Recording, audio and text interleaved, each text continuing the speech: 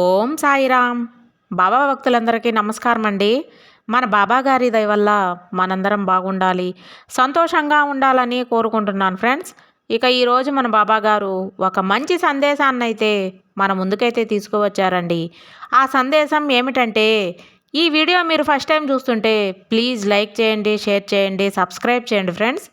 బాబా గారు ఈరోజు మనకు ఏం చెప్పబోతున్నారంటే, బిడ్డ, నీకు నీ భాగస్వామి ద్వారా, నీ యొక్క పార్ట్నర్ ఎవరైతే ఉంటారో వారి ద్వారా నీ జీవితంలో కొన్ని మార్పులు రాబోతున్నాయి. ఆ మార్పులు ఏమిటో ఈ సాయి వారకులంలో విను. తప్పకుండా నీ జీవితానికి ఇది వినాల్సిన మాట. నువ్వు తెలుసుకోవాల్సిన ఒక విషయం. ఎందువల్ల అంటే, ఇది నీ జీవితం కదా, నువ్వు జీవించాలి కదా.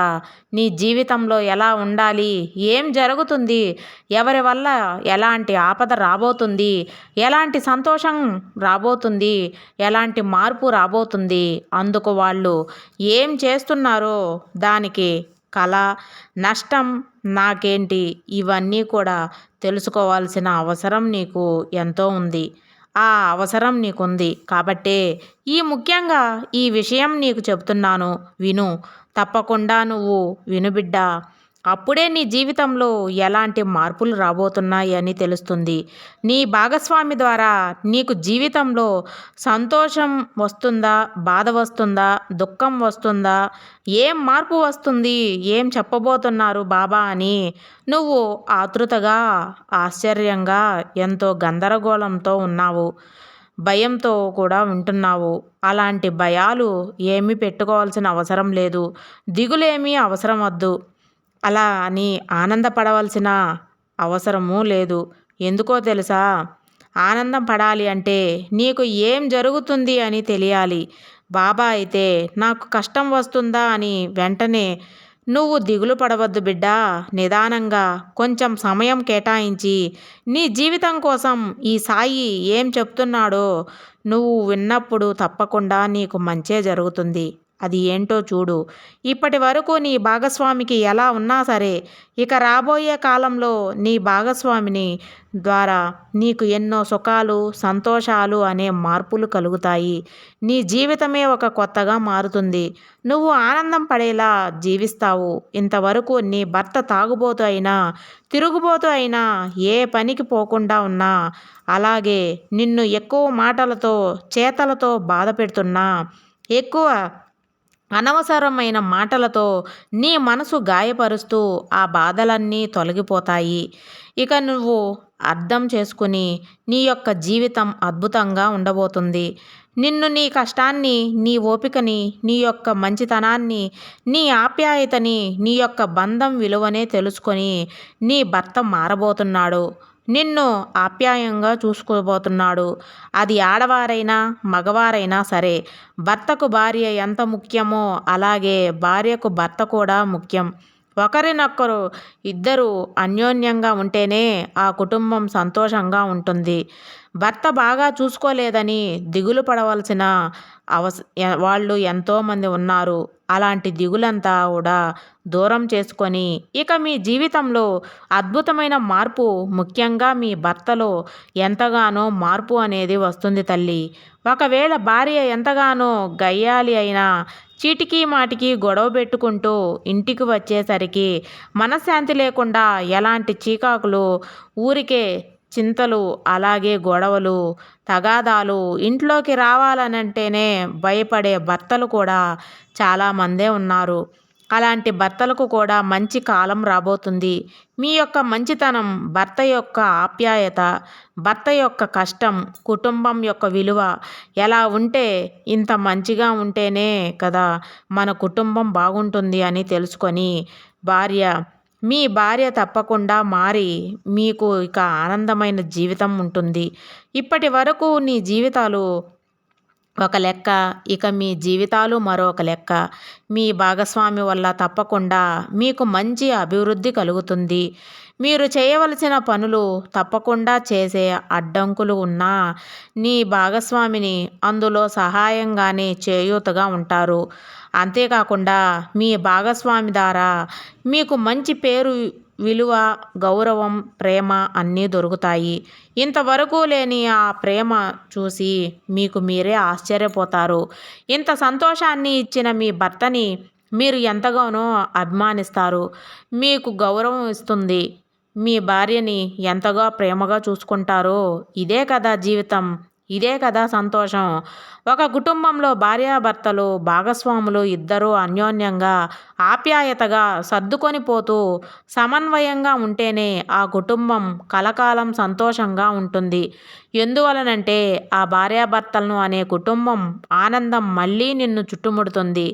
నీకు చిన్న వయసులో నుంచి కలలైన రంగం అది ఎలా అయినా నిన్ను వెలిగిస్తుంది. నువ్వు అనుకున్న కోరికలన్నీ ఒక్కొక్కటిగా నెరవేరుతుంటే నీకు నీవు లేక అంటే నీకు నీవు కూడా నమ్మలేక నాకే చూసి ఆశ్చర్యపోతావు కదా.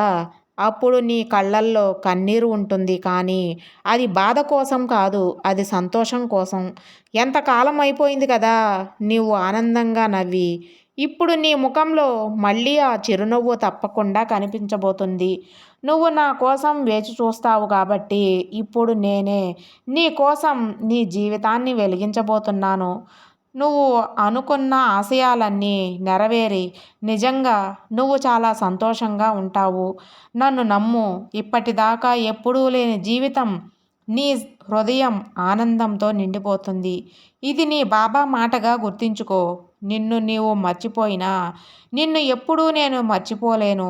నీ కోరికలను తలుపు తట్టే సమయం వచ్చేసింది. ఇక నీ జీవితంలో వెలుగు రాబోతుంది. నీ కళ్ళు ఎన్నో కోరికలతో నిండిపోయి ఉన్నాయి కదా. ఆ కోరికలు చిన్నవే కావచ్చు, గొప్పవే కావచ్చు, కానీ నీ హృదయానికి అవి ఎంత విలువైనవో నాకు తెలుసు. నువ్వు నన్ను చూస్తూ మౌనంగా అడిగావు, బాబా నా కోరిక నెరవేరుతుందా? ఈరోజు నేనే నీకు సమాధానం చెప్తున్నాను. అవును, నువ్వు అనుకున్న కోరికలన్నీ తప్పకుండా నెరవేరుతాయి బిడ్డ. ఎన్ని రోజులుగా ఒక ఆశతో నన్ను చూశావో, ఎన్ని పూటలు నా ఆశతో నన్ను పిలిచావో, ఎన్ని నెలలుగా ఒక్కసారి బాబా అని ప్రార్థించావో అదే ఇప్పుడు ఫలంగా మలచబోతుంది. నీ కోరికలు ఆలస్యం నెరవేరుతున్నట్లు అనిపిస్తున్నాయేమో, కానీ అవి దీవెనలతో నెరవేరుతాయి. ఆ ఒక్క విజయం నీలోని ఏడాదుల మౌనం జరిపిస్తుంది. ఒక్క పరిణామం నీ జీవితాన్ని కొత్తగా మొదలుపెడుతుంది.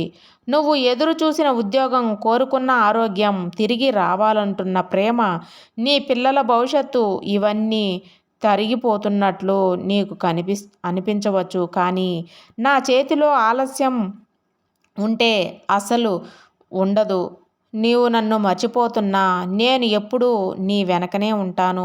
నువ్వు మెల్లగా కూర్చొని తల వంచి ఏడుస్తున్నప్పుడు, నీ ప్రాణంతో నన్ను పిలిచినప్పుడు నేను నిన్ను పట్టుకొని ఇలా చెప్పుకుంటున్నాను, ఇంకొన్ని రోజులు తల్లి, నీ కోరిక తప్పకుండా నెరవేరుతుంది.